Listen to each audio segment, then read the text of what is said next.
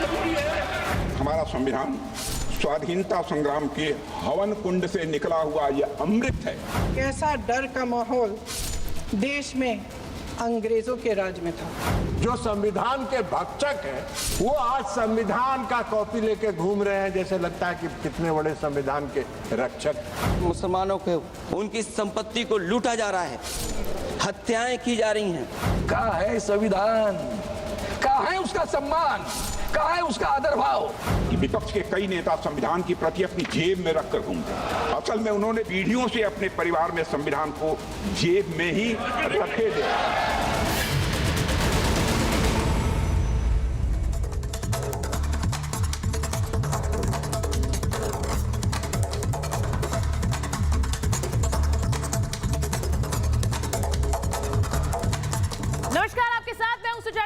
आप देख रहे हैं अपना फेवरेट शो महाभारत, और महाभारत में आज बात होगी संसद में भाषण वर्सेस आक्रमण की। जी हां, संसद में आज संविधान पर चर्चा का दिन था और वहां पर सत्ता पक्ष और विपक्ष के बीच जिस तरह से वाद संवाद हुआ है वो किसी आक्रमण से कम नहीं था। जो तस्वीर मैं आज आपको संसद की दिखाऊंगी, क्योंकि अखिलेश यादव गरजे, प्रियंका वाड्रा का डेब्यू हुआ है संसद में। उन्होंने क्या बोला और किस तरह से आईना दिखाया राजनाथ सिंह ने, वो सारी तस्वीरें आपको दिखाऊंगी। लेकिन सबसे पहले आपको बताना चाहती हूं कि आज चर्चा संविधान पर थी और संविधान को लेकर आपने 2024 के लोकसभा चुनाव में देखा है किस तरह का संग्राम रहा। लेकिन आज जब लोकसभा में चर्चा हो रही थी संविधान पर, तो दोनों तरफ से आक्रमण था। ऐसा लग रहा था कि विपक्ष सरकार को घेरने के लिए ही संविधान पर चर्चा के लिए आया है, क्योंकि मुसलमानों के अधिकार छीनने की बात हुई, यह भी बात हुई कि कैसे दलितों का शोषण हो रहा है। लेकिन ऐसा लगा कि अखिलेश यादव हो या प्रियंका वाड्रा एक सेलेक्टिव संविधान की सोच लेकर आए हैं। मैं क्यों कह रही हूं, आज वो भी आपको दिखाऊंगी, क्योंकि जब बात हुई तो ऐसा लगा कि दलित वोट और मुस्लिम वोट के लिए क्या ये चर्चा हो रही है। मैं आपको तस्वीरें पहले दिखाती हूं। आज संसद में प्रियंका वाड्रा का डेब्यू हुआ था। ये देश एक वो खड़ी हुई, वो बोली, सत्ता पक्ष को खरी खरी सुना रही थी और ये भी बता दिया कि उनके जाने का समय आ गया। लेकिन प्रियंका वाड्रा ने कैसे अपनी सरकार को भी घेर लिया है, वो उनकी स्पीच वायरल हो गई, वो दिखाऊंगी। अखिलेश यादव की तस्वीर दिखाती हूँ। अखिलेश यादव भी आज संसद में आए और अखिलेश यादव ने आज जिम्मेदारी है सीधे सीधे सदन में बोला, लोकसभा में बोल रहे थे, निशाने पर योगी आदित्यनाथ थे। आज अखिलेश ने क्या बोला वो भी बताऊंगी, क्योंकि निशाने पर मोदी योगी दोनों थे। लेकिन जब ये चर्चा सदन में हो रही थी, प्रधानमंत्री कहां थे, वो भी एक तस्वीर आपको दिखाती हूं। प्रधानमंत्री योगी आदित्यनाथ के साथ प्रयागराज में थे, क्योंकि वहां पर कुंभ से पहले प्रधानमंत्री नरेंद्र मोदी तैयारियों का जायजा लेने पहुंचे, पूजा में भी शरीक हुए और वहां प्रयागराज में प्रधानमंत्री आज है, लेकिन कल लोकसभा में इसी चर्चा का वो जवाब देंगे। तो जो कुछ अखिलेश ने कहा, जो कुछ प्रियंका ने कहा, उसका जवाब कल नरेंद्र मोदी लोकसभा में देने वाले हैं। इसीलिए आपको बताती हूं कि अखिलेश यादव ने आज किस तरह का हमला बोला है मोदी पर और योगी पर। क्या बोले अखिलेश यादव? अखिलेश यादव ने कहा ये जहां चाहे सरकार बना लेते हैं, ये लोग तानाशाही की ओर बढ़ रहे हैं। उन्होंने कहा कि इनकी ये नीति विभाजनकारी है। अल्पसंख्यकों को लेकर भी वो गरजे। उन्होंने कहा कि अल्पसंख्यकों की हत्याएं हो रही हैं, उनके पूजा स्थलों पर कब्जा हो रहा है, ये भी वो बोले। हर मस्जिद के नीचे मंदिर खोजा जा रहा है। ये चर्चा संविधान पर थी और अखिलेश यादव अल्पसंख्यकों पर बोल रहे थे। मंदिर खोजने वाले शांति नहीं चाहते हैं। अब आप सोचिए कि सदन में कितना हंगामा होगा और कितनी शांति रहेगी, क्योंकि अखिलेश यादव कह रहे हैं कि यूपी में कानून की धज्जियां उड़ रही हैं, न्याय के लिए आत्मदाह करना पड़ रहा है। उन्होंने ये तक कहा कि चलते हुए लोगों की जान ले ली जाती है उत्तर प्रदेश में। आप सोच लीजिए, लोकसभा में बोल रहे थे निशाना योगी आदित्यनाथ थे, चलते हुए लोगों की जान चली गई। यानी उन्होंने यूपी में भी कानून व्यवस्था पर सवाल उठाए और उन्होंने ये भी कहा कि अल्पसंख्यकों की स्थिति खराब है। आज इस पर भी बात करूंगी, क्योंकि जब वन नेशन वन इलेक्शन की बात होती है तो भी अखिलेश यादव की पार्टी ये कह रही है कि ये बीजेपी सरकार में वन नेशन वन इलेक्शन नहीं, वन नेशन वन रिलीजन भी ला सकती है। ये बड़ा हमला बोल रही है अखिलेश यादव की पार्टी। एक रिपोर्ट आप देख लीजिए, उसके बाद महाभारत।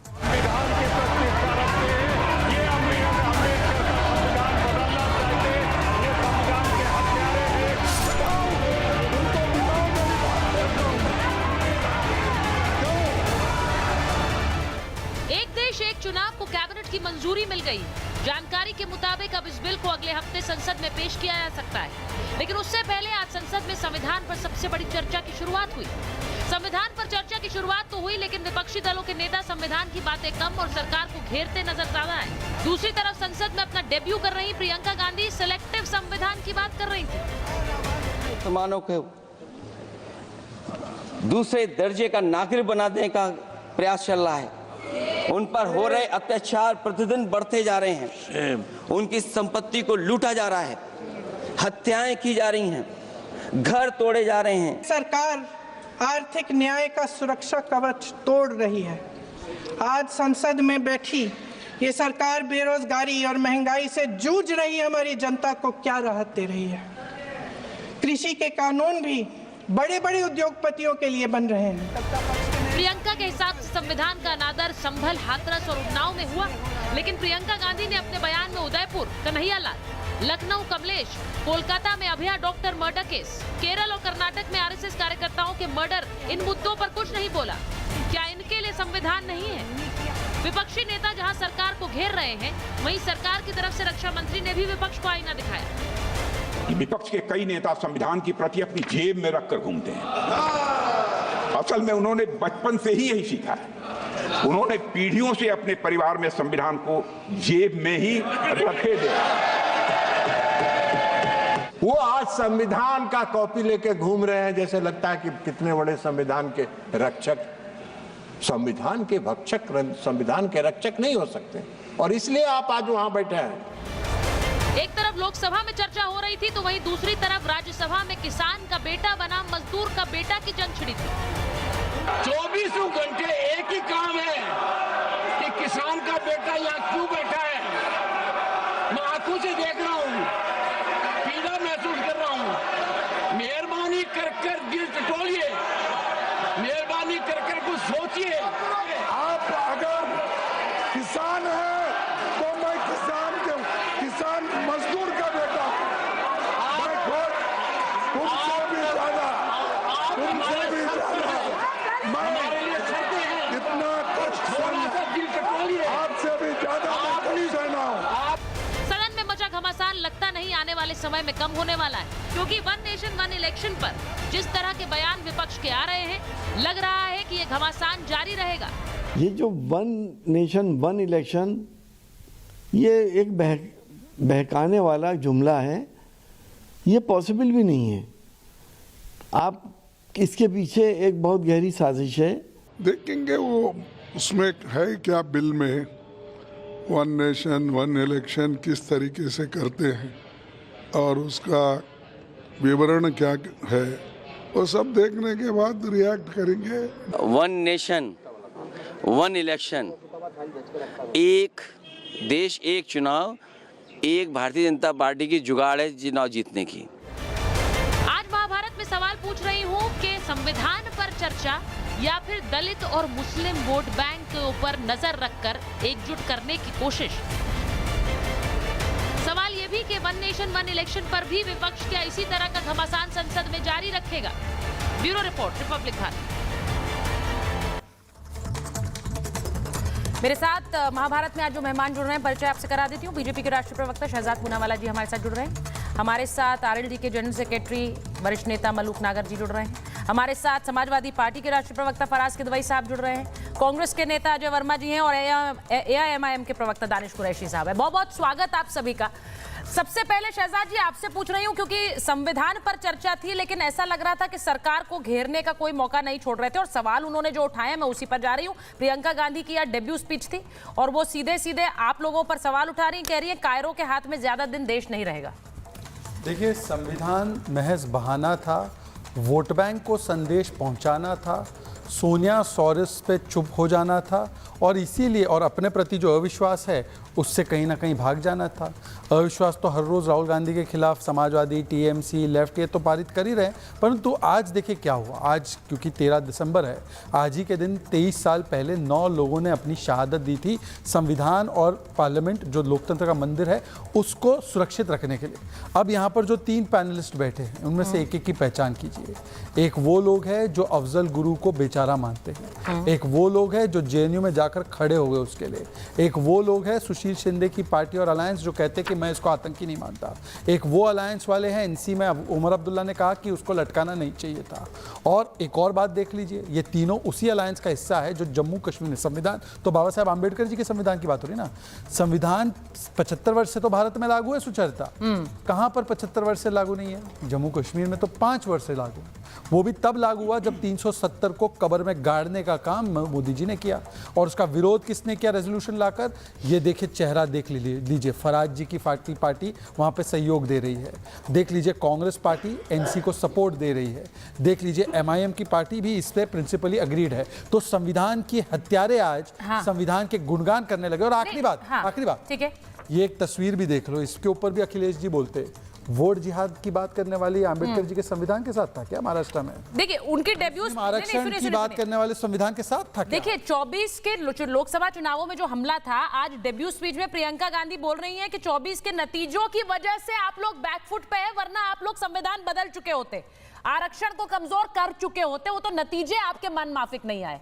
देखिए मुझे लगता है कि देखिए आज प्रियंका जी का डेब्यू स्पीच था, उन्होंने कहते कहते अपनी सरकार को, हिमाचल सरकार को घेर लिया, तो उनकी कहीं पे निगाहें कहीं पर निशाना है। अब उन्होंने जो संविधान बदलने की बात की है, हो सकता है कि क्योंकि इतने दिनों से वो तो रही नहीं है, उनको कुछ पता नहीं होगा। 106 बार संविधान बदला गया, उसमें से जिक्र किया उन्होंने आज। 106 बार में से 80 टाइम्स उनके परिवार का योगदान है। अच्छा, प्रियम्बल को भी बदला आंबेडकर जी के, और प्रियम्बल बदला, शब्द तो बदले। पता है संविधान की आत्मा क्या थी?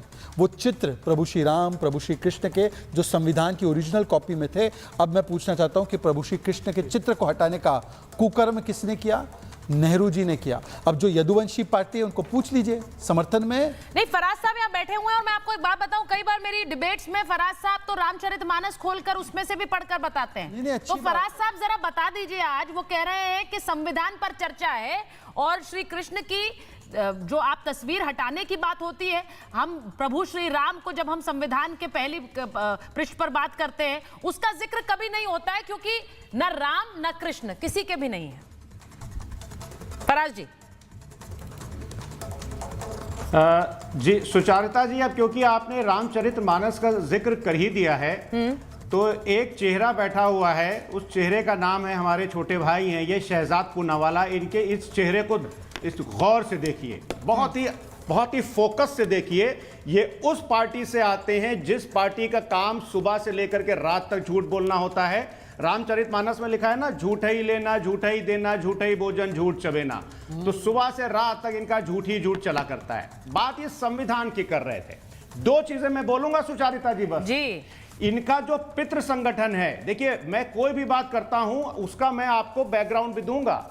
13 मार्च सन 2000 को हिंदुस्तान टाइम्स की खबर के हिसाब से आरएसएस की जो ट्रिस्ट विद पॉलिटिक्स की किताब है, उसके पेज नंबर 268 पर लिखा हुआ है कि के सुदर्शन जी ने संविधान के बारे में क्या कहा था। शहजाद पूनावाला जी, उन्होंने कहा था कि he advocated that there is a need to scrap the Indian constitution. यह कहा था सुदर्शन जी ने।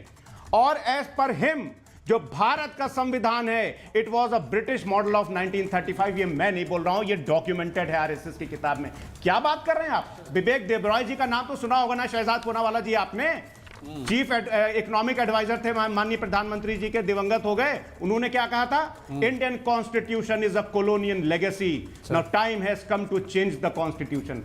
ये बात करेंगे। और सुनिए, 1973 में सुचारिता जी केशवानंद भारती के केस में माननीय सुप्रीम कोर्ट ने बेसिक स्ट्रक्चर ऑफ कॉन्स्टिट्यूशन का तस्वुर दिया, लेकिन महामहिम उपराष्ट्रपति महोदय when he was addressing 83rd all India presiding officer conference, उसमें उन्होंने क्या कहा था? उसमें उन्होंने कहा था कि judiciary can not intervene in law making, और बेसिक स्ट्रक्चर ऑफ कॉन्स्टिट्यूशन का जो तस्वुर था उसको उन्होंने नकारा था। तो ये भारतीय जनता पार्टी के लोग, भारतीय जनता पार्टी के प्रवक्ता, ये वही पार्टी है जिस पार्टी से अनंत कुमार हेगड़े आते हैं ना, जिन्होंने क्या कहा था सुचारिता जी, 400 सीटें इसलिए संविधान बदलना है। लेकिन फराज जी वो आपकी बात का काउंटर करना चाह रहे हैं। मुझे लगता है मुझे बहुत कम बोलना है, क्योंकि वो बोलेंगे, वो अपनी जगह बोलेंगे। लेकिन मेरा आपकी बातों से ये स्पष्ट लग रहा है कि आप इन पर अभी भी ये आरोप लगा रहे हैं कि आगे चलकर संविधान बदलेंगे।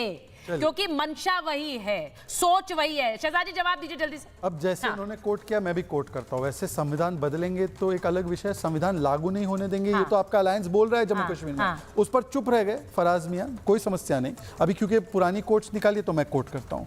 लेफ्ट पार्टी के सबसे बड़े नेता Namboodiripad, I will wreck Ambedkar constitution from within. 1952 का लेफ्ट पार्टी का रेजोल्यूशन, आम्बेडकर अपॉर्चुनिस्ट नेता है, इसके संगठन को हराना है। आम्बेडकर जी ऑन कम्युनिस्ट केवल आग लगाते हैं, इनका बस चले तो ये पूरे देश में आग लगा दे। उसके बाद कांग्रेस पार्टी पर Ambedkar ji, there is no place for schedule caste in the heart of Congress party, I will never join Congress party, never ally with them. उसके बाद कांग्रेस ने तो 2 बार उनको हराया ही। उसके बाद मैं आपको बताना चाहता हूँ आम्बेडकर जी, क्योंकि आम्बेडकर जी को कोट किया, आम्बेडकर जी से ऊपर कोई नहीं हो सकता। Ambedkar ji on Islam and Muslims, Islam can never allow a true Muslim to adopt India as his motherland and regard a Hindu as his kith and kin. Ambedkar. अब मैं पूछना चाहता हूँ मिस्टर फराज जी, पीछे मत देखिए, मुंह नहीं छुपाना है अभी सर, मुंह दिखाना है। अब मुंह दिखाते हुए मुझे बताइए, छुपाइए मत। आम्बेडकर जी की बात हो रही है, आप अखिलेश जी को छोड़िए देखना, आप बताइए, आप तो बहुत बड़े जानकार है और बहुत बड़े संवैधानिक जानकार है ना। जामिया और AMU में SC ST OBC का आरक्षण काट दिया गया और मुस्लिमों को दे दिया गया। एक बार ऑफिशियली पार्टी की तरफ से अनाउंस कर दीजिए कि हम SC ST OBC आरक्षण के लिए साथ में खड़े जामिया AMU में। ये कोर्ट में केस चल रहा है, हम लोग का स्टैंड क्लियर है, आप बता दीजिए अपना स्टैंड। अब देखिए उन्होंने बड़ा सवाल थ्रो करा, मुझे लगता है वो आप ही नहीं, वो दानिश कुरैशी जी, अजय वर्मा जी, सबसे सवाल होगा। वो कह रहे नहीं जल्दी से जवाब दीजिएगा सर, 1-2 लाइन में, क्योंकि मुझे जाना मलूक जी के पास। मुझे मलूक, वो जामिया में पूछ रहा है, स्पेसिफिक सवाल पूछ रहा है। जवाब लेते जाइए शहजाद। बोलिए ना, बोलिए। नहीं दिखा पाएंगे अगर मैं इनको जवाब दूंगा। अरे बोलिए ना, बोलिए। शहजाद पूनावाला जी, एनिहिलेशन ऑफ कास्ट पढ़िए, बाबा साहब डॉक्टर भीमराव अंबेडकर के द्वारा लिखी हुई किताब एनिहिलेशन ऑफ कास्ट पढ़िए आपने। आपने एक लाइन रट ली बस, मेरा मुंह मत खुलवाइए। शहजाद पूनावाला जी, उस किताब को पढ़ लीजिएगा, बाबा साहब का नाम लेना भूल जाएंगे कि बाबा साहब डॉक्टर भीमराव अंबेडकर RSS के बारे में क्या सोचते थे और क्या सोचते थे। और आपने AMU की बात करी, ये खबर पढ़ी है आपने, 8 AIT and 7 IIMs, 80% faculty general category की है। SC ST और OBC के आरक्षण को आपने मार दिया है। धर्मेंद्र प्रधान जी लोकसभा में खड़े होकर के ये तस्लीम करते हैं कि जो SC ST और OBC के जो प्रोफेसर की वैकेंसीज हैं 45 सेंट्रल यूनिवर्सिटीज में, उसमें से 80% के आसपास अगली जाति के आते हैं। आपने आप फैकल्टी की बात कर रहे हैं, वो स्टूडेंट्स की बात कर रहे हैं भाई, उस पर भी डाका डाला है। क्या बात करते हैं आप? फैकल्टी की बात कर रहे हैं, वो स्टूडेंट्स की बात कर रहे हैं। वो फैकल्टी की बात कर रहे हैं, वो स्टूडेंट्स की बात कर रहे हैं। आज जो एडवर्टाइज पोस्ट है उसमें भी आपने भर्ती नहीं की है। और सुनिए ठीक है, एक मिनट। अब उन्होंने जो सवाल उठाया, उन्होंने जामिया के बारे में स्पेसिफिक एक सवाल पूछा था। उन्होंने कहा कि वहां पर SC ST OBC का आरक्षण काट कर मुसलमानों को दिया गया, आप उसके सहमत हैं, हाँ या ना बताइए। मुझे अजय जी के पास जाना है, मलूक जी के पास जाना है। फोन आ गया, मत दो, बताइए। अरे आप घंटा बना रहे हैं क्या? 10.5 साल से आप दे दीजिए ना, आप झुंझुना। अच्छा वो दे दे, उनके पाले में डाल दिया आपने गेंद, वो दे दे। काटा किसने वो पूछो। नहीं, ये तो जवाब नहीं हुआ ना सर। झुंझुना बनाने के लिए नहीं, वो कह रहे हैं आप दे दीजिए। आप आए हैं, आप सरकार में। ठीक है, एक मिनट, मैं आ रही हूँ, एक बार मलूक जी के पास जाऊंगी। नहीं देखिए, आपके नेता ने, अभी तो मैंने उस बात पर शुरुआत ही नहीं की जो आपके नेता ने कहा है फराज जी। आपके नेता ने जो बातें कही हैं अजय जी, आज अखिलेश जी बहुत कुछ बोले, आपकी नेत्री भी बहुत कुछ बोली है संसद में। मैं सिर्फ ये पूछना चाह रही हूं कि बार बार मलूक जी आपको ऐसा लगा, अजय जी आ रही हूं, मलूक जी आपको ऐसा लगा आज संसद में, ऐसा लग रहा था कि बिल्कुल सरकार को घेरने की तैयारी होकर आए थे। अखिलेश जी ने तो कम से कम जो बातें बोली हैं, मैं चाहूंगी आप उस पर बोले। वो कह रहे हैं अल्पसंख्यकों के पूजा स्थल पर कब्जा हो रहा है, हर मस्जिद के नीचे मंदिर ढूंढा जा रहा है, ये सरकार किसी भी तरह करके बनाते हैं, तानाशाह हैं। तो ये ऐसा लग रहा था एक मंच था क्लियर सरकार को घेरने के लिए, संसद की चर्चा नहीं थी। देखिए, देश संविधान से चलता है और पहले से डिक्लेरेशन था 75 साल जब होंगे तो देश में 75वां साल मनाया जाएगा। और आज जो चर्चा हुई, जो विपक्ष में खासकर सबसे बड़ी पार्टी कांग्रेस जो संसद को चलने नहीं दे रही थी, वो मजबूर हुई पिछले लोकसभा के चुनाव में जो कुछ चीजें झूठी फैलाई गई थी। तो आज जो बातचीत हुई संसद में और जो भाषण हुए राजनाथ जी का, प्रियंका जी का, अखिलेश जी का, सबने अपनी अपनी बातें कही हैं। और आने वाले कल में जो बातचीत होंगी उससे बिल्कुल साफ हो जाएगा कि पिछले 2-3 सालों से जो चीजें चल रही हैं, सरकार, हम लोग पक्ष कहते हैं विपक्ष धज्जियां उड़ा रहा है और विपक्ष वाले कह रहे थे कि सरकार धज्जियां उड़ा रही है। जहां तक बात है, हमारे बहुत ही प्यारे साथी हैं जो समाजवादी के बैठे हुए हैं किदवई साहब, ये 1975 में नेताजी को 1.5 साल जेल में रखा, माननीय मुलायम सिंह जी को, और धज्जियां उड़ाई गई इमरजेंसी के टाइम पे संविधान की। और पिछले करीब 14 साल 15 साल पहले माननीय मुलायम सिंह जी को और माननीय मायावती जी को जेल में डालने की, आय से अधिक संपत्ति के केस में सीबीआई से जांच करा करके जेल में डालने की कोशिश करी, संविधान की धज्जियां उठाई गई, पिछड़ों की और दलितों को जेल में डालने की कोशिश की गई। तो असलियत में तो ये है कि चाहे अभी साथ हैं कांग्रेस के, इसलिए साफ साफ नहीं बोल रहे कि कब कब संविधान की धज्जियां उड़ी और कब कब कैसे कैसे क्या क्या हुआ। जहां तक बात है, आप जो बोल रहे ये बातें हो रही हैं, तो मैं आपको सुचेता जी बोलिए बोलिए, खत्म कर रहा हूँ। हाँ, बोलिए, देखिए, देश में जो डीओपीटी एंड लॉ जस्टिस, जो डीओपीटी एंड लॉ जस्टिस जो उसमें स्टैंडिंग कमेटी में रहा, उसके आंकड़े सामने आते हैं, जहां प्रधानमंत्री उस मंत्रालय के मंत्री होते हैं हमेशा। तो बहुत सारी सीटें पिछड़ों की और दलितों की कांग्रेस के कार्यकाल अब आपने जो बोला, मैं एक बार सीटें खाली पड़ी रहती थी। अभी बहुत, मलूक जी आप जो बात कह रहे हैं, आपने कहा कि कांग्रेस ने जो काम किया वो संविधान खत्म करने का काम किया, लेकिन आरोप ये बीजेपी और अभी इस वक्त एनडीए पर लगाते रहते हैं कि ये संविधान खत्म कर रहे हैं। मैं एक चीज पूछूंगी, आज अजय वर्मा जी, बहुत लोगों की नजर आपकी नेत्री के आज भाषण पे थी, क्योंकि वो लोकसभा में डेब्यू कर रही थी, मैं बार बार ये बात कह रही हूँ, लेकिन उन्होंने एक ऐसा भाषण दिया जिसके बाद लोग पूछ रहे हैं कि अपनी सरकार को क्यों घेर रही थी, वो हिमाचल सरकार पर ही हमले कर रही थी। तो ऐसा लगा कि स्क्रिप्टेड दे दी क्या उन्हें, स्क्रिप्ट मतलब उनको एक स्क्रिप्ट दे दी गई, उन्हें पता नहीं चला क्या हिमाचल सरकार को भी घेरना नहीं है, वहां अपनी सरकार है। अजय जी, स्क्रिप्टेड कौन लाता है मैं बता रहा हूं। अच्छा। देखिए, मुखिया जो है देश की सरकार के, बार बार बोलो, जोर से बोलो, झूठ बोलो, रोज बोलो, जब ये लेके आते हैं तो ये संस्कारी पार्टी के लोग हैं, ऊपर से नीचे तक ये जार सोराज द्वारा फंडित सरकार के कर्मचारी और इनके प्रवक्ता और इनके लोग वो लोग हैं जो हिरेन जोशी लिख के दे देता है, वो लाके इसे पढ़ देते हैं, इन्हें दुनिया से कोई मतलब नहीं है। तो हिरेन जोशी द्वारा लिखित ये प्रायोजित लिखा हुआ लाते हैं और इसे पढ़ते हैं। जार सोरेज जो है सरकार को फंडिंग करता है, मलूक जी भी हंस रहे हैं। जांच नहीं होगी। अमेरिका जैसा पावरफुल कंट्री, अमेरिका देखिए संविधान की किस तरह से खत्म और हत्या की जा रही है देश की सरकार द्वारा। अमेरिका जैसी पावरफुल कंट्री भारत के एक बिल्कुल मजबूत और बिल्कुल मोदी जी के मित्र और सरकार के बिल्कुल चहेते हमारे सबसे बड़े उद्योगपति के खिलाफ वारंट लाती है और वहां जाके मुकदमा दर्ज करके चली जाती है। लेकिन जार सूरज आतंकवादी बताते हैं, कभी कहते हैं सरकार गिराता है, कभी कहते हैं फंडर है, कभी कहते हैं लफंडर है। अगर वो ऐसा है तो उसके यहाँ 30,000 करोड़ से ज्यादा के बिजनेस के फंड्स हैं, इनकी ईडी सीबीआई इनकम। अब आप घुमा रहे हैं ना, मैंने आपकी नेत्री के भाषण में पूछा था अजय जी, मैंने आपकी नेत्री के भाषण में पूछा था, आप मुझे बातें बता रहे हैं वो सुचेरी। नहीं, आप सोरोस वाली डिबेट में बताइए सर। सोरोस वाली डिबेट हमने एक दिन कर ली और फिर से अगर आप करेंगे तो फिर उसमें आप गिरेंगे। अब मैं उसी की बताने, अभी थोड़ी देर पहले ये सोरेस द्वारा फंडित सरकार के प्रवक्ता भाषण दे रहे थे कि ये बैठे हैं और बता रहे थे हत्यारा। मुझे इनकी भाषा पर बड़ी आपत्ति है, हत्यारा बता रहे थे संविधान की हत्यारा पार्टी को। और मलूक नागर जी हमारे दोस्त हैं, अच्छे विचार रखते हैं, लेकिन ये गलती से गलत जगह चले गए, कुछ दिनों बाद वापस आ जाएंगे, हमें इनका भरोसा है। किन को वापस लाओगे आप अजय जी? किन को वापस लाएंगे? आपकी तो फहरिस्त लंबी होती जा रही है, जो लोग छोड़ कर गए हैं वो फहरिस्त थोड़ी ज्यादा लंबी हो गई है। अब इंतजार मत करिए, जो है उन्हीं के साथ आगे काम बढ़ाइए। फाइनल कर रहा हूं। नहीं, देखिए मेरा सवाल कॉन्टेक्स्ट में बात करूंगी, क्योंकि आज प्रियंका गांधी ने संभल की बात की, उन्होंने हाथरस की बात की, उन्होंने उन्नाव की बात की।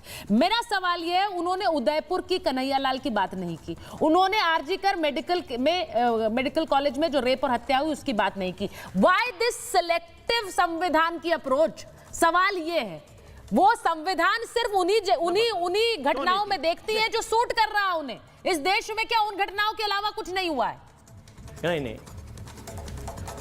कन्हैयालाल, सुन लीजिए, उन्होंने कन्हैयालाल की बात इसलिए नहीं करी अच्छा कि जो वो हत्या करी गई, जो गला सर धड़ से अलग किया गया, वो भारतीय अल्पसंख्यक संघ का पदाधिकारी था बीजेपी का। और कुछ भी नहीं, बंगाल कुछ की बात नहीं, हाँ, इसलिए वही- उन्होंने नहीं करी। नहीं, उन्होंने इसलिए नहीं की because she was being selective. Ajay ji, इस बात को आपको मानना पड़ेगा। वो उन्हीं घटनाओं की बात कर रही थी जो उनको स्क्रिप्ट में लिख कर दी गई। अजय जी, और नहीं, बंगाल की बात इसलिए नहीं करी उन्होंने कि आजकल ममता जी को वो एनडीए मतलब हमारी गठबंधन की नेता बना के उनकी बड़ी तारीफ कर रहे हैं, और उससे पहले बंगाल में ममता जी को घेर रहे थे। तो इनका दोहरा मापदंड, जोर से बोलो।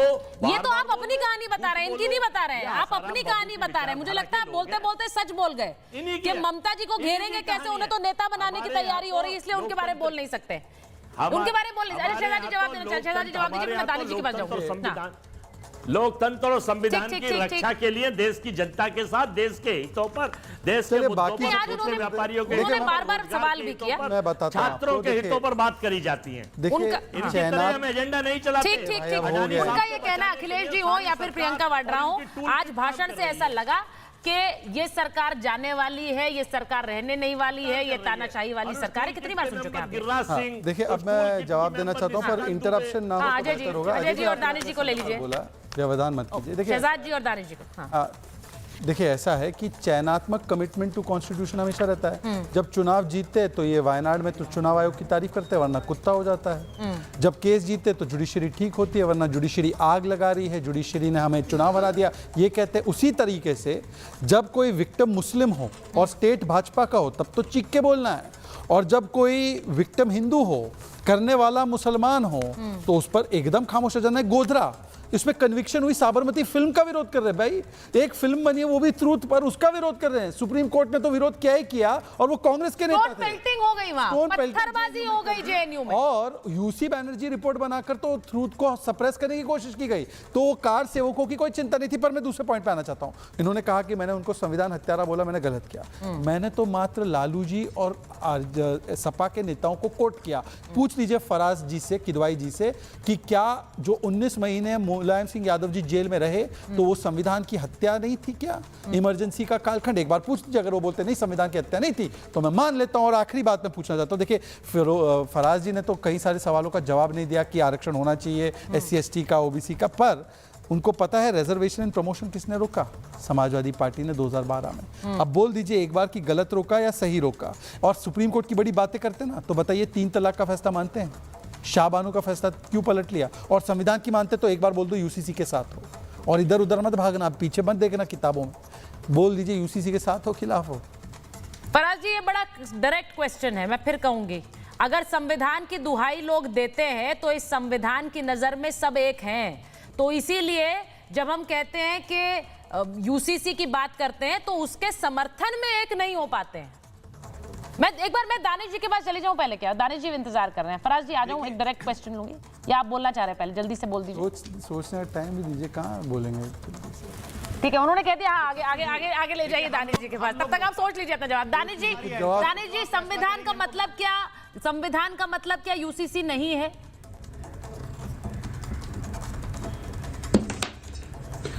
बिल्कुल, संविधान का मतलब UCC है, लेकिन ये एक्सक्लूजन के साथ में जो निकाल कर लेके आते हैं कि ट्राइबल के लिए अलग है, इनके लिए अलग है, सिर्फ मुसलमानों के लिए लागू होगा, तो ये इंक्लूसिव है। मुझे ये तो जवाब दे दीजिए। दूसरे नंबर की बात मैं इनसे ये पूछूं, देखिए दूसरे नंबर की बात, देश के प्रधानमंत्री मोदी जी बातें बड़ी करते हैं पसमानदाओं को लेकर। जैसा कि उन्होंने आरक्षण की बात कही, तो बहुत बड़ी बड़ी बातें करते हैं कि पसमानदाओं के साथ में बहुत मतलब अच्छे तरीके से वो करना चाहिए। तो मैं ये कह रहा हूं कि आप तो इतनी नफरत करते हैं नेहरू जी के कार्य पद्धति से, तमाम चीजों से। आर्टिकल 341 के अंदर में जो ईसाइयों को और मुसलमानों को, हालांकि बाकी सारे लोगों को भी वक्ती तौर के साथ में मिला, उस वक्त तो सभी के राइट्स जो थे वो वायलेट कर दिए गए थे। बाद में सिखों को मिले, बौद्धों को मिले, तमाम लोगों को मिले।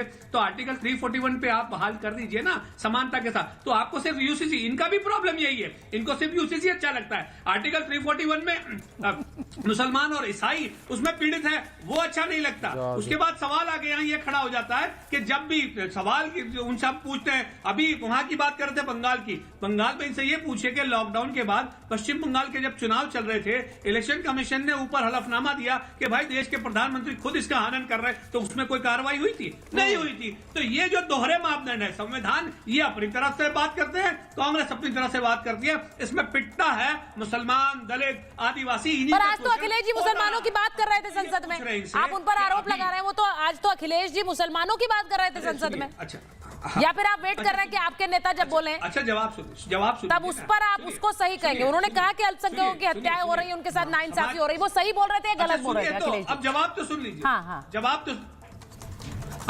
तो सुन लीजिए। मैं ये कह रहा हूं कि समाजवादी पार्टी का जब शासन था, उस शासनकाल के अंदर में जो दंगे हुए, तो 1.25 घंटे वीएचपी के साथ में बंद कमरे में इलू की जो मीटिंग चली थी टॉप मोस्ट लीडरशिप की, वो क्या था उसको उजागर करेंगे। पूछ लीजिए जो अब ये नहीं, ये मुझे समझ नहीं आ रहा है। आपने अब समाजवादी पार्टी पर वीएचपी के साथ मिली भगत की आरोप लगा दिया, वो आपको कहते हैं आप बीजेपी की बी टीम है, एमआईएम। ये समझ नहीं आ रहा है, ये क्या सिर्फ मुस्लिम वोट्स के लिए नहीं हो रहा है क्या? This is only purely for Muslim votes.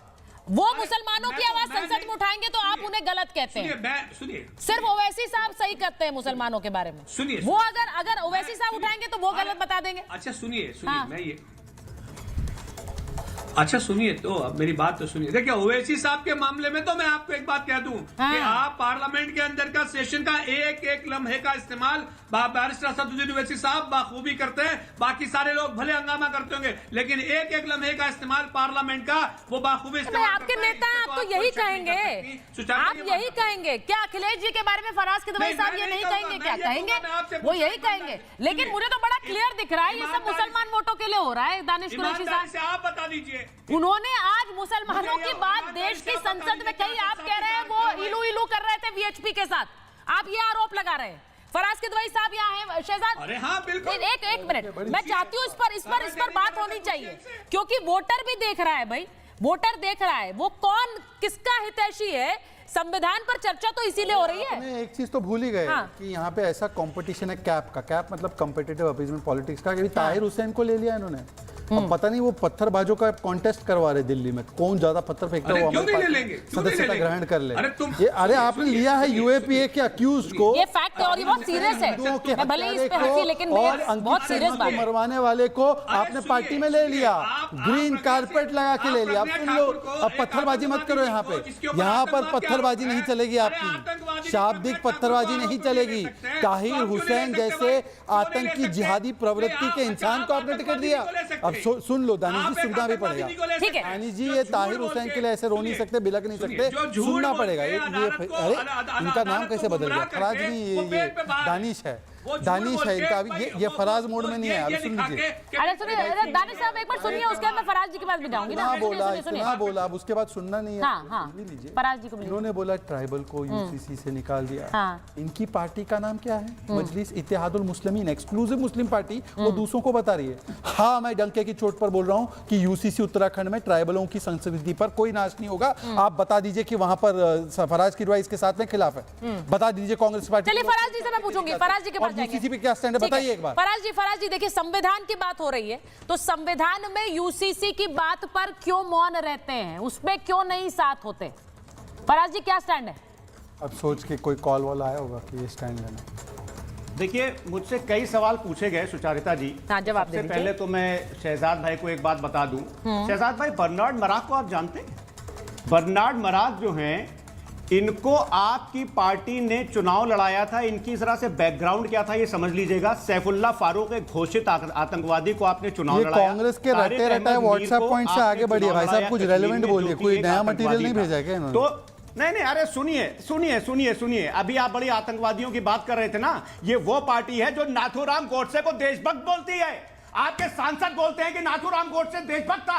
बताइए, नाथूराम गोडसे देशभक्त था? भारतीय जनता पार्टी की ये सोच, अभी इनके आधे नेताओं से अगर कहिए सुचारिता जी कि बोलो नाथूराम गोडसे मुर्दाबाद, इनकी हैसियत नहीं है कि ये बोलेंगे। ये गोडसे के पुजारी, ये भारतीय जनता पार्टी के लोग, ये आतंकवादियों को टिकट देने वाले, ये हमसे सवाल पूछेंगे। बात कर रहे थे आप दलितों की, सुचारिता जी। अरे ड्रामा सुनिए, 50 social justice and empowerment ministry की ये रिपोर्ट है। शहजाद भाई इसको पढ़िएगा। दलितों के ऊपर अगर सबसे ज्यादा कई अत्याचार हो रहे हैं तो उत्तर प्रदेश में हो रहे हैं। ये मैं नहीं बोल रहा हूं, ये आपकी सरकार की मंत्रालय की रिपोर्ट बोल रही है। अच्छा। आप क्या बात करेंगे? आप SC ST और आप बात करते हैं SC ST OBC की। 92 आपने देश के SC ST और OBC को इस बात पर मजबूर कर दिया है कि आज भी देश के 92% SC ST और OBC इस देश का गटर साफ कर रहे हैं। हमारी सामाजिक न्याय और सामाजिक परिवर्तन की वो लड़ाई है सुचारिता जी कि SC ST OBC अब इस देश में गटर नहीं साफ करेगा। इस देश का SC ST और OBC अब इस देश के वाइस चांसलर बनेगा यूनिवर्सिटीज में, प्रोफेसर और इस देश का मुसलमान क्या करेगा? फराज साहब, आज मेरे पैनल पे आप हैं, दानिश कुरैशी साहब हैं, और दानिश कुरैशी साहब आप लोगों पर और कांग्रेस पर, अजय वर्मा जी भी हैं, आप लोगों पर ये आरोप ओवैसी साहब लगातार लगाते रहे कि आप लोगों ने तो मुसलमानों के लिए कुछ नहीं किया है, दशकों तक कुछ नहीं किया है। तो उस पर क्यों नहीं बोलते? आपकी पार्टी है, कांग्रेस पार्टी है, आप तो MI समीकरण की बात करते थे। आज भी मुसलमान वोटों के लिए लड़ाई हो रही है तो उसमें यही कहा जाता है कि मुसलमानों के लिए उन्हें शिक्षा दी जाएगी, मुसलमानों की शिक्षा मदरसों से आगे बढ़े। ये अभी तक है, इतने सालों बाद भी ये पॉइंटर्स है। आप सोचिए जरा, अजय जी कुछ दिखा रहे हैं, मुसलमानों के जुल्म की लड़ाई है। हाँ, सोच लीजिए, अब जुल्म की लड़ाई है। उस लड़ाई में आप साथ है समाजवादी पार्टी के, बीजेपी को घेरने के लिए आप साथ है समाजवादी पार्टी के। बताइए दानिश साहब। देखिए सुनिए, मैं आपको बोलूं, सबसे ज्यादा जुल्म और ज्यादती करने वाली इस देश के अंदर में भारतीय जनता पार्टी और ये तमाम लोग हैं। आप किस बात ये तमाम कौन है? तमाम कौन है? एक मात्र भारतीय जनता पार्टी ऐसी पार्टी है जिसने बाबरी मस्जिद, सुनिए आप सुन लीजिए, भारतीय जनता पार्टी एकमात्र ऐसी पार्टी है जिसने इस देश में बाबरी मस्जिद ढाने का आंदोलन चलाया और कांग्रेस ने उसको पीछे से बैकअप दिया। और समाजवादी पार्टी की जब हम तक बात कर रहे हैं तो हम तो ये कह रहे हैं कि उत्तर प्रदेश में अभी रिसेंटली चुनाव हुए थे, ठीक है, क्या मुसलमानों का क्या रिप्रेजेंटेशन का रेशियो है और कितने फीसद उन्होंने अपने कैंडिडेट उतारे, तो आपको दूध का दूध पानी का पानी मिल जाएगा। इससे आगे बढ़ के मैं ये पूछ रहा हूं आपसे कि आपके शासनकाल में, समाजवादी पार्टी की बात कर रहा हूं, समाजवादी पार्टी के शासनकाल के अंदर में जब मुसलमानों पर जुल्म और ज्यादती हो रही थी, जब भरी सर्दियों के अंदर में बुलडोजर हटा के जब जो दंगा पीड़ित थे उनके घर के टेंट हटाए गए थे, क्या आपको वो याद नहीं है? और सुनिए, मैं ये कह रहा हूं कि बैरिस्टर सदुद्दीन ओवैसी साहब तो अपने शहर में अपने प्रदेश में लड़ रहे थे, आपने जुल्म और ज्यादती की इंतहा मचा दी, तब उनको वहां पहुंचना पड़ा। इतने सालों से तो आप अकेले ही लड़ रहे थे ना, क्या कर लिया आपने बीजेपी का? बताइए आप। तो ये सारे लोग क्या कर लिया आपने बीजेपी का? दानिश साहब, वो तो दानिश साहब सीधा सवाल उठा रहे फराज जी पे। मतलब आप लोग साथ भी आए, मैं तो कांग्रेस और समाजवादी पार्टी की बात करूंगी, सिर्फ बीजेपी को हटाने के लिए। वो साथ अभी तक तो कारगर नहीं हो पाया है, आगे चलकर होगा मुझे नहीं पता है। लेकिन फिर वही बात है, दुहाई संविधान की है, लेकिन जो मंजिल है वो सत्ता है, इसमें कोई दो राय नहीं है। मुझे नहीं लगता इसमें कोई छुपी, अब तो वोटर भी ये बात समझता है, वोटर नहीं समझता कि दिल्ली में ही देख लीजिए, दिल्ली में अब फिर रास्ते अलग होंगे, क्योंकि सत्ता अगर आएगी तो हमारी होनी चाहिए, हम किसी के साथ उसे शेयर नहीं करेंगे। क्योंकि यूसीसी पे जवाब नहीं आया, चलिए सवाल चेंज कर देते हैं। आजम खान का बयान, अंबेडकर जी का पॉइंटिंग फिंगर वाला स्टैच्यू जो है वो दिखाता है कि ये जमीन मेरी है और ये जमीन हड़पने के लिए अंबेडकर जी की स्टैच्यू डाली जाती है। ये आजम खान का बयान है। इस पे अब बताइए कि क्या कार्रवाई की आपने फराज मियां? ये आजम खान का बयान है। बीएसपी ने भी कोर्ट किया था, एफआईआर भी हुई थी उनपे और उनके ऊपर कार्रवाई भी लीगल हुई थी। पर मैं चाहता हूं, क्योंकि पीडीए दलित सब बोल रहे हैं संविधान, अंबेडकर जी का स्टैचू ऐसे उंगली दिखाते हुए, अरे बीच में मत बोलो, आपको टिकट के लायक नहीं छोड़ा भाई अजय वर्मा, क्या है बीच में खामखा बोल रहे हो समाजवादी के लिए? है आप देख लो, प्रियंका जी का कुछ कर लो काम, आपके लिए बेहतर होगा। ये उंगली जो दिखाते हैं अंबेडकर जी की स्टैचू में, बोल रहे जितनी उंगली दिखा रही उतनी लैंड ग्रैबिंग के लिए स्टैचू लगाते हैं। मलूक जी और मैं ऐसी टिप्पणी करने वाले लोगों को कभी छोड़ेंगे नहीं। आप बताइए, देखो उठ के भाग गए, उठ के नहीं भागना है फराज जी, भागना नहीं है। बताइए जवाब दीजिए। बोलो आजम खान। मैं मलूक जी के पास जाऊंगी क्योंकि मलूक जी ने तो सब देखा है, ये उनके सामने की बात है। फराज जी जवाब दे दीजिए। वो किताब में ढूंढ रहे जवाब। सुचारिता जी देखिए, शहजाद भाई से बोलिएगा कि ये मेरे हाथ में किताब है, इसका नाम है बंच ऑफ थॉट्स, ठीक है। इसके पेज नंबर 357 पर गोलवरकर साहब रिजर्वेशन के बारे में क्या लिखते हैं, और पेज नंबर सुनती जाइए और पेज नंबर 268 आजम खान का इससे क्या लेना देना है? इसको पढ़ लीजिएगा, समझ में आ जाएगा। आजम खान जिंदा है ना? हंसिए नहीं, चेहरा सामने आ जाएगा। भारतीय जनता पार्टी और आपके मान्यवर, आप तो बहुत महान अंबेडकर जी के भक्त हैं, तो बताइए ना इसमें स्टैंड। जो गोलवलकर साहब ने इसमें देश के संविधान के बारे में, सिलेबस के बाहर देश के पूछो तो आरक्षण के किताब बारे में और SC/ST के बारे में लिखा है। देखिए मैं अब सुन लीजिए बाबा साहब डॉक्टर भीमराव अंबेडकर की आप लोग कितनी आजम खान इस किताब में लिखा हुआ है। सुचारिता जी मुझे आगे आजम खान पे बोलो।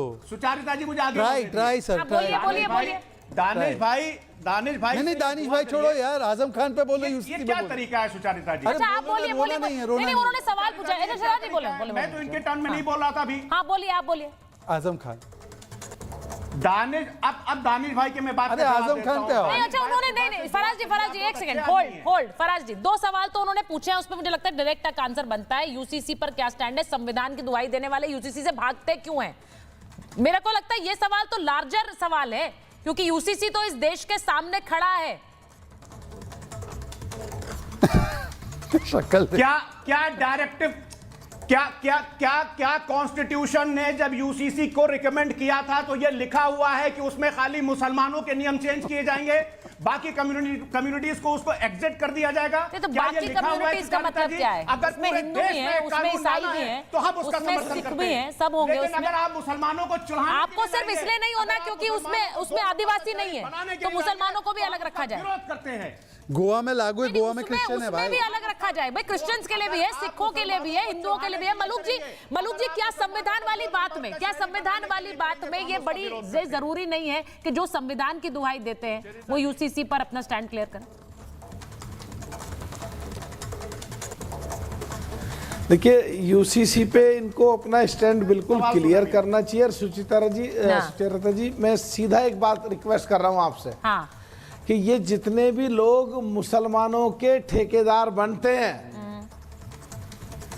अगर मुसलमानों पे कहीं बात आती है और कहीं अन्याय हो रहा हो तो हम साथ खड़े हैं, लेकिन ये आपस में इकट्ठे नहीं मिल सकते। सो कॉल्ड इंडिया गठबंधन के लोग तो ये मुसलमानों की रक्षा क्या करेंगे?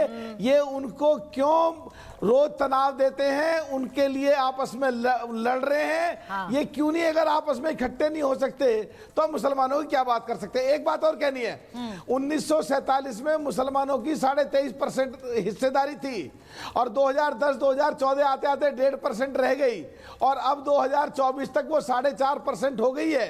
तो अगर आज की तारीख में मुसलमान फल फूल रहे हैं इस एनडीए की सरकार में, तो कांग्रेस को गिरेबान में क्यों नहीं झांकते कि कांग्रेस के समय में मुसलमानों के खिलाफ और दलितों के खिलाफ उनके हक मारे गए और राहुल गांधी जी ने एडमिट किया है पार्लियामेंट, ये अब टेलीविजन के सामने रैलियों में, कि जब वो छोटे थे तो प्रधानमंत्री कार्यालय में दादी के समय, पिताजी के समय, मनमोहन सिंह के समय जाते थे।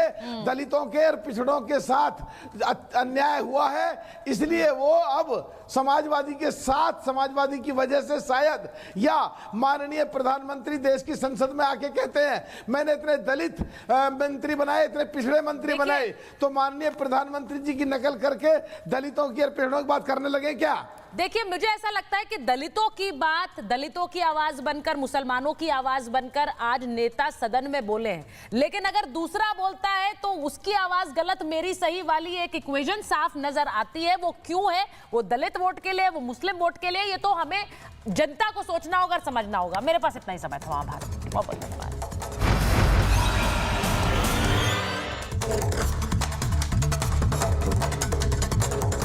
आइस बोला था लाने को, लद्दाख चला गया, पूछा